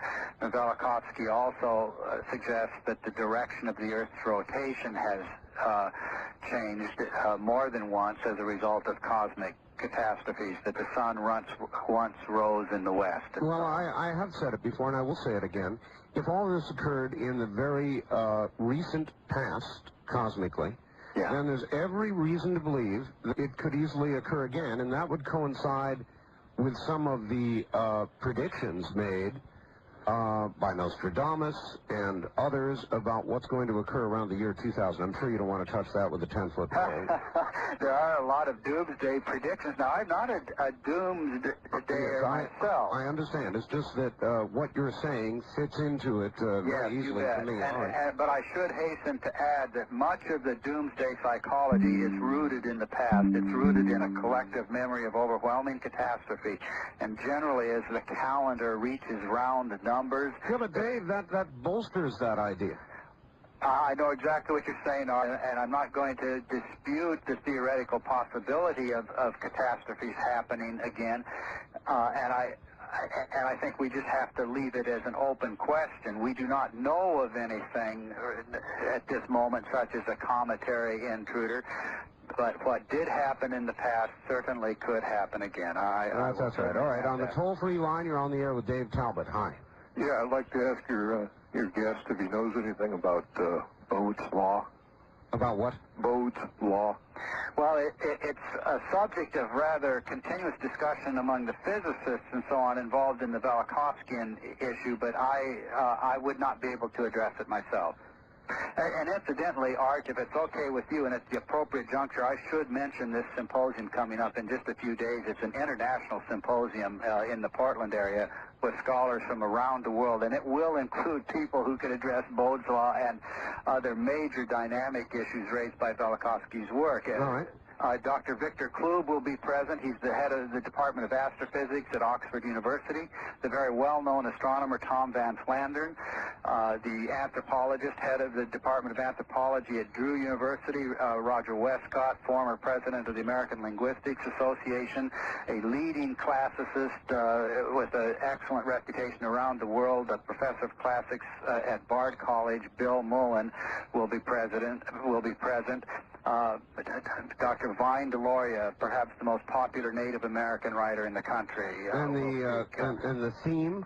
And the theme is Velikovsky, Ancient Myth, and Modern Science. Now, what I am able to bring to this discussion is the ancient mythology. What really rounds out a discussion such as this is having a physicist, an engineer, an astronomer, a geologist, an archaeologist, an anthropologist, a mythologist, and a historian all sitting together and comparing notes, because it has really happened that over the past 20 years, some real leaders in the scholarly community, coming from many different types of education and training, are drawing converging conclusions that are supportive of Velikovsky. This is a breakthrough kind of international event happening in the Portland area the 25th to 27th of November. And Art, because of the calendar, and this is so eminent at the moment, if it's appropriate, I'd like to give a phone number. Particularly people on the West Coast, I think they can find a way to get here for that event and have an interest in the Velikovsky subject. All right, go ahead and give the phone number. It's 503-643-5863, and please call between 10 o'clock in the morning and 4 o'clock in the afternoon, and we'll give you full details on the symposium. All right, area code 503-643-5863. Yes, and that's for information on the symposium 25th to 27th of this month, so it's only days away, but it is going to be an event that will get a great deal of attention, and the scholars are coming to this event with impeccable credentials. And they're not all Velikovskians in any strict sense at all. They are all, I believe, catastrophists and believe that major catastrophes have occurred in remarkably recent times, and it's a great gathering of scholars. All right, on the wildcard line, you're on the air with Dave Talbot. Hi. Hi, Art and Dave. This is Al from Joshua Tree, California. Yes, sir. Yes. And I'd like to ask Dave a question. In your research, Dave, were you able to find that the mythology of all religions today came from astronomy, astrology, and also the 12 signs of the zodiac? All right. Well, the 12 signs of the zodiac, I personally believe, are late, sir, but the astronomical or celestial origins of the great myths of the world, I have no doubt of that. The first expressions of the religions were intimately tied to these great mythical traditions. The religions were entirely cosmic in their original orientations, and I mentioned earlier the myth of the original superior sun god, and those religions venerated or worshipped that ancient celestial power around the world. There really is no question on that, and I'd be happy to talk further on that if there's any specific questions that anybody has in that area. Well, what would be the best example you could give us of that, tracing some modern religion? The ancient Egyptians, because they are so ancient and they're so well expressive of the origins of civilization and the profound orientation to the sky. The original sun god, Atum-Ra, is remembered as having presided over a golden age. He is remembered as the prototype of kings in the sky, organizing a celestial kingdom that became the model, the exemplary kingdom in the sky that was the model for the kingdom on earth. But that figure eventually fades into the background. The end of the age of Atum-Ra really is characterized by overwhelming catastrophes and wars of the gods. Now, that myth is really universal. You see the same thing in the age of Kronos, for example, which is remembered as a golden age, and Kronos was the prototype of kings in the sky. The end of the age of Kronos meant the birth of catastrophe, the wars of the gods, the clash of the titans, and so on. Well, Kronos was, of course, the Greek name of the planet Saturn. The Greek ostracon also identified the Egyptian sun god Ra as the planet Saturn. Now, there's a whole series of interrelationships here. It takes time to draw these out, but you do eventually see that there is an incredibly coherent story. All right, to the phone lines. On the toll-free line, you're on the air with Dave Talbot. Yeah, this is Dave in Wichita. I was wondering if Dave has studied any of the ancient Eastern philosophies in regard to the advent of celestial catastrophes on Earth. Oh, yes. That's a good point. Oh, yes. Now, there was, of course, a pervasive myth across India of the ancient central light of heaven, Brahma. Brahma was remembered as the light achieved the center and rose and set no more, and presided over a golden age. Now, that age of perfection ended in a sweeping catastrophe. And it's really a myth that corresponds perfectly with the myths of other ages, with the myths of golden ages around the world. I guess right now we're at the bottom of the Iron Age, and if assuming that, well, there's 7 ages that all get wiped out cosmically by the Earth tilting on its axis, and I was wondering if there's 3 of them that have been destroyed by comets, they say, and so I was wondering what the other 4 could have been destroyed by, perhaps Saturn? Mm-hmm. Well, I think you have to be really careful when it comes to these systems and so on that evolve later. What happens with tribal merging is that you get a great number of traditions of catastrophe being assimilated in various chronicles and so on, and then various philosophies and systems of analysis emerging in which they pull together the different threads. Well, there's a lot of duplication going on in that, and you don't generally find a coherence from one culture to another when it comes to these elaborated systems of, how many ages have there been, how many catastrophes. Yes, but should there not be, David, aside from the cultural differences and the perspectives, the stories or the mythology should be very similar? Well, I think the stories are similar, but they're also duplicated to an incredible extent. I mean, the same mythical figures, for example, will exist by the hundreds in certain regions of the world. You see that there's an ancient mythical figure that I would call the warrior hero, for example. He can be identified through systematic analysis as having been originally inspired by the behavior of the planet Mars. Now, that figure, the warrior hero, emerges in later times as a kind of trickster figure that just populates mythology by the thousands. And that's because every ancient tribe remembered this figure. This figure was very active. He is always a consort of the mother goddess who turns out on analysis to have been the planet Venus.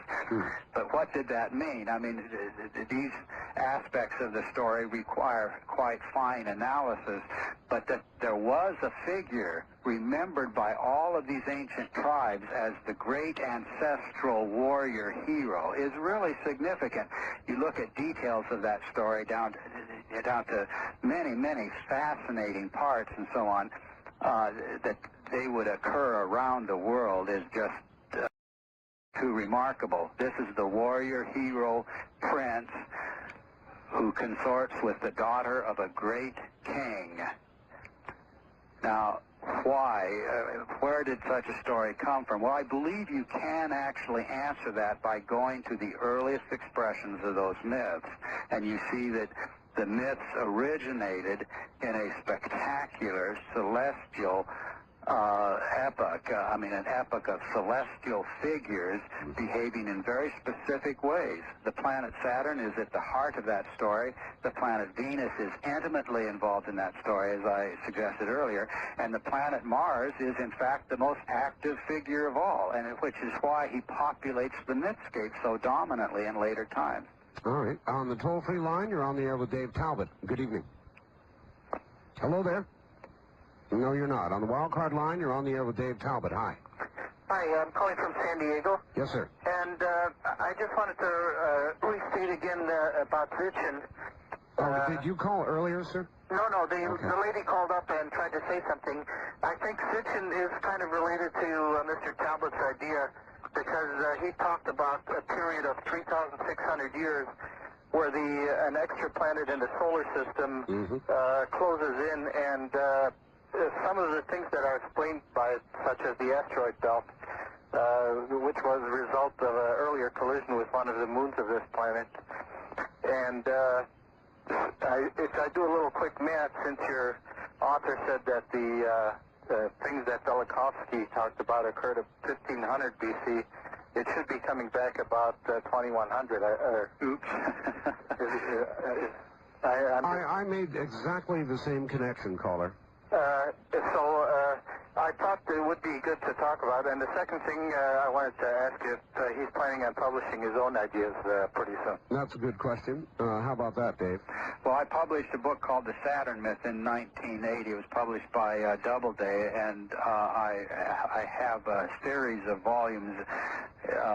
This work has expanded substantially in the last 5 to 7 years, and it will be some time before I can bring those to completion, but I'm with a group right now that is in production on 2 video documentaries. One is called Velikovsky, and the other is called In Saturn's Shadow, and that second documentary does highlight the Saturn research. So I'm hoping that through a series of video documentaries we will be able to save some time in bridging the communications gap here to get a general story out to people, and then that the published material would follow that.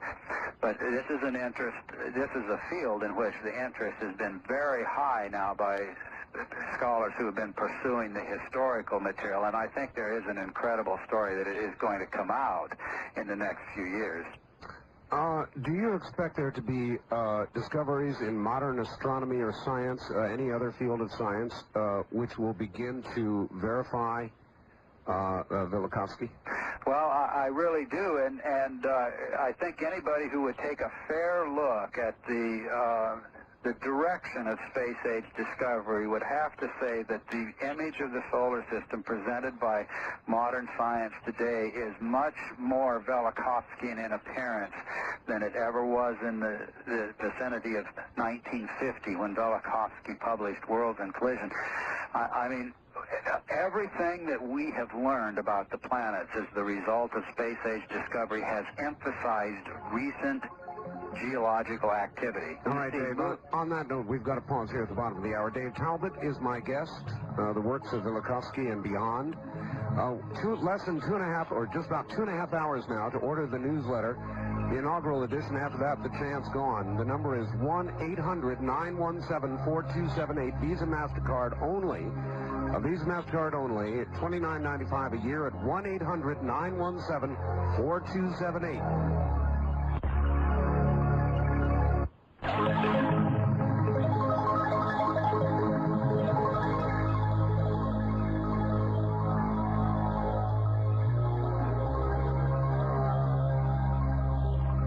Pre-recorded, previously broadcast program. From the Kingdom of Nine, you're hearing Greenland with Art Bell.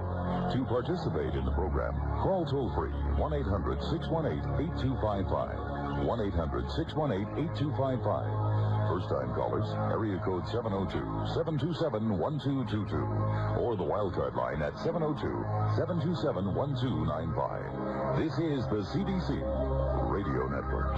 Yes, sir. All right. Here's a fax in from Mike in Olympia, Art and guest. I have extensively researched the pole shift theory due to be triggered by the conjunction on May 5th, 2000. Part of my research led me to Velikovsky. I missed an hour of the show, so I don't know if this was brought up or not. What do you think of the 5-5-2000 possibility? Well, actually, you're mentioning that right now is the first I've ever heard of that, and I would just have to group that with other predictions of doomsday events that they're just so completely outside my own area of expertise. Well, it is Velikovskyan. It's just the It's a future. Velikovskyan idea, certainly. I mean, it has that motif to it, and I'd be interested in seeing when people have something to suggest relative to anticipated disaster and so on. I'd be interested in seeing the nature of the reasoning. I do think we have to apply normal rules of logic and demonstration and not fall into the trap of just simply speculating on a subject randomly. And we do see a lot of that when it comes to this type of subject. So I'm very reluctant to make statements relative to anticipated disasters. That the solar system has been unstable in very recent times is enough of a warning to us. And beyond that, I think that we have to speak with some evidence in hand and so on. All right. From Al at the University of Arizona, I'd like to ask Dave if he's looked into historical India. Because they understood astronomy to a very high degree. India is also where the Greeks learned science. This was during Alexander the Great. Well, I have looked into the great myths of India extensively, and yes, there was a burgeoning astronomy in India. It did tend to come later. I think most scholars would say that the birthplace of astronomy was in Mesopotamia, and they would say as well that the Greeks picked up a great deal of learning on astronomical matters from the Babylonians and so on. But the ancient mythical traditions of India, I do feel, speak with the same voice about the ancient golden age, the catastrophic conclusion of that age. You see the same figures of the mother goddess and the warrior hero very active in subsequent epochs and so on. And these stories can be reconstructed down to very, very finite details, I believe. All right. On the toll-free line, you're on the air with Dave Talbot. Hi. Hello. Hello. I was caught unaware. I've been trying for so long. I thought, well, I'm going to get disconnected in a moment. Three things I'd like for you to touch on. First of all, Venus, the name Venus, and the root word meaning light, Lucifer, and its connection. All right, let's take these one at a time. Anything there, Dave? Well, I think there probably are a lot of old Indo-European roots related to Venus. One of the interesting associations of Venus is as the old hair star and the bearded star. You have the bearded Venus, Venus barbata, the bearded Ishtar, the bearded Aphrodite, and so on, which is particularly incongruous in view of the female character of that personality. And yet it is very dominant. The word Venus itself has been connected with an ancient Indo-European root, meaning beard or lock of hair. Now, in the ancient lexicon of the comet, the beard and the lock of hair is the foremost hieroglyph for the comet. All right, we've got to keep these short, Dave. Your second question, caller? Also about the idea of the 12th planet and why the Sumerians based their numbers on 12. I don't have anything to add to that. Second thing is perhaps we were in a binary system in which two stars orbited each other, and the asteroid belt came from where they canceled out, and the object could no longer hold itself under its own attraction. The thesis that I intend to argue very forcefully for will have Jupiter and Saturn as part of an ancient binary, and the Earth was inseparably tied to that system. All right. Let's see where to go. Let's go here. Wildcard line, you're on the air with Dave Talbot. Yes, thanks for taking my call tonight. Jamie, Program Director of OK Gold in Northeast Oregon. Yes, sir. I've got a question, and I'm sorry I missed part of the show tonight, but did you touch on anything that had to do with you do a lot of the mythological studies. Yes. Did you touch on anything that had to do with the pyramids in Egypt? Well, I'm very interested in pyramids as a global phenomenon because the pyramid as a symbolic form does not have any reference to anything that we experience in the sky today, and yet there are surprisingly similar forms. And yes, the pyramid does figure very prominently in my own research, but I would then have to make sense of that, I would have to begin talking about the world mountain or cosmic mountain. On every continent, really, the pyramid was a symbol of what was remembered as the world mountain. But that's a subject that is hard to approach without covering other ground first. So it you didn't actually cover a lot of maybe what the universe used to look like, and the pyramid somehow tied into that. The pyramid does tie in very directly with what I believe that the solar system once looked like. We experienced the cosmic mountain, even Mount Olympus and Mount Zion, but every cosmic mountain of every ancient culture was a phenomenon experienced. It was seen. It was a visible stream of literal material stretching between the Earth and a body in the polar sky. So it rises along the world axis. It appears as the axle of the turning sky. It's very literal. It's very visible. And I think it's an inescapable concept. Once you see the concurrence of the myths around the world, you can explore that myth in great detail and see that it was not just regarded as a mountain, but as a stream of life, a luminous river of fire, the north wind or south wind welling up beneath the land of the gods, which was the entire preoccupation of ancient man. Wow. And and that's why the words for mountain will merge with the words for north wind or south wind. It just depends on the nature of the respective languages, which means below, and it will mean also pillar. Wind and water, basically, are the concepts, and it's the wind, river, mountain, pillar. Etymologically, the words are inseparably tied to each other in more than one language, and that's because mythically they were attaching different symbols to the same celestial phenomenon. Wow, what can I say? It sounds huge. Thanks for taking my call. Thank you for making it. It sounds like it'd take another program to do all that. There are many details which it will do better to circumvent right now. All right, on the toll-free line, you're on the air with Dave Talbot. Good evening. Yes, Symphony Biohazard here from KVI Country. I have some dates of planetary alignments. Okay, I think that's the May 5th date, 2000. Is that one of them? What day? May 5th of 2000? I have June 19th, 2001. That's closest, but I've also have October 4th, 1995, and June 15th, 1996. And a question to you, Art. Yes. Have you seen Generations yet? No, not yet.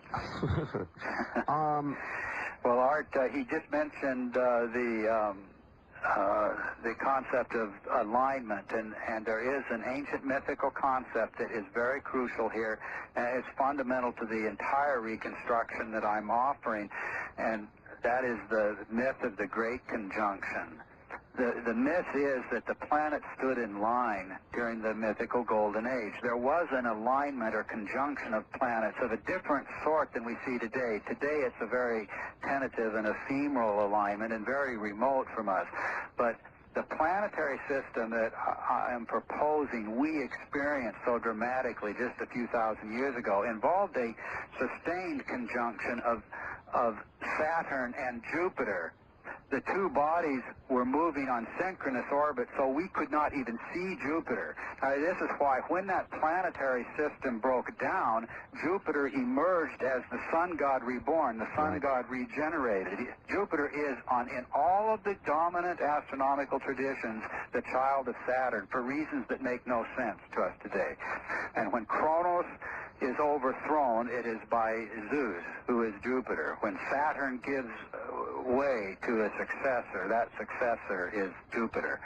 But you can pursue that identification throughout the ancient astronomies, and you see essentially the same story of the Golden Age giving way to catastrophe and a new figure then looming subsequently who is identified with Jupiter.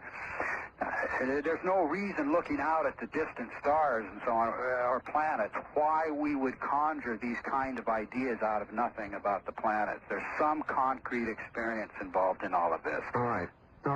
We've got to continue. On the toll-free line, on the air with Dave Talbot. Hi. Yes, I'm a religious studies student at the University of Arizona in Tucson. Yes. And I'd like Mr. Talbot to clarify a statement he had made earlier. It was about the primitive religions. All right, turn your radio off, please. Oh, sure, hold on. About primitive religions. Okay. Yes, go ahead now. I was curious that he had made a statement saying that primitive religions, and he cited Egyptian solar religions, saying that they were merely based on astronomical phenomenon or myths associated with astronomical phenomena. And yet, in my studies, I've been taught that primitive religions really are based on the worship of nature or anthropomorphication. We have to distinguish here between primitive religions in the sense that I was using it and in the sense that you use it. You mean like modern primitive tribes and so on. I see modern primitive tribes as simply giving us very distant echoes of ancient beliefs. I was using primitive in the sense of the first recorded or the first known religions that can be identified from historical sources. Those religions were incredibly preoccupied with cosmic themes. And I suggested that this ancient sun god figure, who is explicitly identified in the astronomical traditions as the planet Saturn, not the sun, that this figure is at the center of these ancient rituals and rites, that civilization itself seems to have been born out of those rituals, reenacting a former time, the golden age of Saturn. And so then for example, early American Indian culture would only show you brief echoes of this much older myth. That's exactly so, I believe. But the preoccupation with things in the sky was literal, and it was, it was complete. And even the technologies of the early civilizations can be shown to have a very interesting connection with those earlier rituals. I mean, where did the wheel come from, for example? There was a wheel being used in rites and rituals around the world before man ever harnessed the wheel for any practical purpose. That wheel was cosmic in its mythical context. They turned praying wheels and various calendar wheels and other wheels on the walls of temples before they ever used a wheel for a practical purpose. That was their reenactment locally of the turning of the cosmic wheel in the sky. Now, who holds the cosmic wheel in the sky? Well, look at the ancient myths of the planet Saturn in many cultures. You'll see him holding the cosmic wheel. That was a visible apparition in the sky. It towered over man. Every ancient city, every ancient temple was a replica of that great wheel, which is why they were originally conceived as wheels. There's incredibly large story to be told on all of this. All right, Dave. On the toll-free line, you're on the air with Dave Talbet. Hi. Hi. Where are you, sir? Radio. Hello? I'm calling from Arizona. I can barely hear you talking to your phone. Can you hear me now? Yeah, that's much better. Okay, I'm calling from Arizona. Yes. I was wanting to ask him what was the significance of the sun then? What did the sun itself serve as? Well, I don't have any doubt that the sun was present, but it wasn't the subject of the myths. What the myths were focused on was an evolving, spectacular configuration in the sky. It was immense. It was extremely close to the Earth. It was catastrophic. The fate of man hung in the balance. The reason why I say the body we call sun was there is that configuration of planets involved a spectacular crescent on Saturn. Now, as the axis of the Earth was turning, that crescent revolved visually around the polar center, and that gave the ancient daily cycle.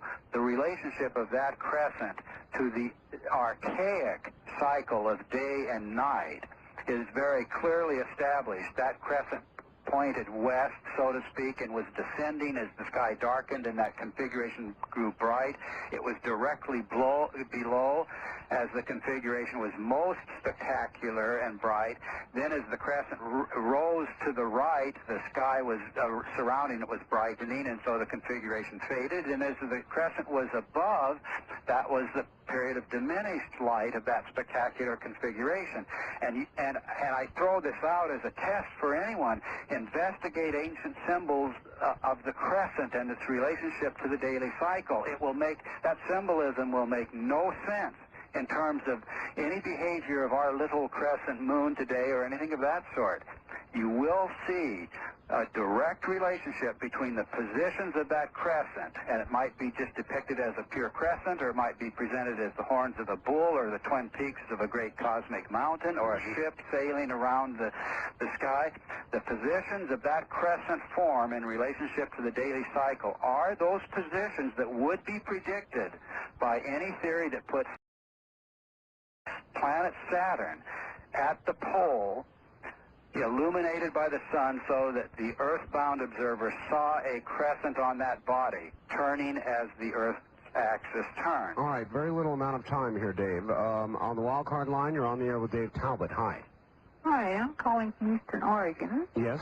And my question was, in your research, did you find anything relating to the Star of Bethlehem? Oh, good question, actually. That really is a good question, but unfortunately, no. So the answer... I just never reached that particular subject, and my suspicion is that most everything that is stated in that regard is speculative, but... All right, on the toll-free line, you're on the air with Dave Talbot. Good evening. Yeah, I need Linda Howell's full address. I have a ton of stuff to give her on the heart Well, okay, HAARP stuff. Yes, Did I get that? Yes, we gave that earlier in the program, sir. I didn't get it all. I got P.O. Box 538, Huntington, and I just need the rest. I think it's Huntington, Something Pennsylvania? Pennsylvania? Yeah, it's in Pennsylvania. Huntington Beach, I believe it is. Let's see. Huntington Valley, Pennsylvania. And the zip code is 19006. Oh, great. I got a ton of stuff for her. Well, okay, there you go. Thank you. All right, thank you. Well, Dave, once again, do you want to quickly give us the information without going through all the speakers on... You bet. International Symposium, Portland, Oregon, at the Holiday Inn, Portland South, the 25th to 27th of this month. Here's the number to call for information, 503-643-5863. Some 20 to 25 speakers from around the world will address the Velikovsky issue. You'll see some very spectacular fireworks at this symposium, and it's going to emerge as a very, a landmark event, let's say. Anybody with an interest in the Velikovsky subject, I think will find this extremely fascinating. Well, it certainly brushes up against what a lot of our other guests have had to say, but more about the future than the past, Dave. But maybe that's how we learn about the future, is studying the past. Indeed. Dave, I want to thank you for being on the program. My pleasure. It's been a pleasure having you, and we'll have you back again sometime. Oh, I hope so. Dave Talbot, thank you very much for appearing with us on Dreamland. Now, I want to remind everybody that next week, Dr. Raymond Moody is going to be our guest, and I know he's a big favorite. Dr. Moody seen just about on every television program, dealing with anything that relates to his work at all. Most recently, the Ancient Prophecies television program. And I guess this is my last opportunity, and I mean my last opportunity, to urge you to call and get our newsletter, After Dark. This is it. The deadline is in about 2 hours. 2 hours from now. After that, your opportunity to get the premier issue is gone. Only Visa and MasterCard orders. Repeat, only Visa and MasterCard orders. Do it now or be sorry. The number is 1-800-917-4278. Again, 1-800-917-4278. For everybody at the network, thank you and good night. This has been Dreamland, a program dedicated to an examination of areas in the human experience not easily nor neatly put in a box. Things seen at the edge of vision, awakening a part of the mind as yet not hacked. Yet things every bit as real as the air we breathe but don't see. Please join us again next week at this time for Dreamland.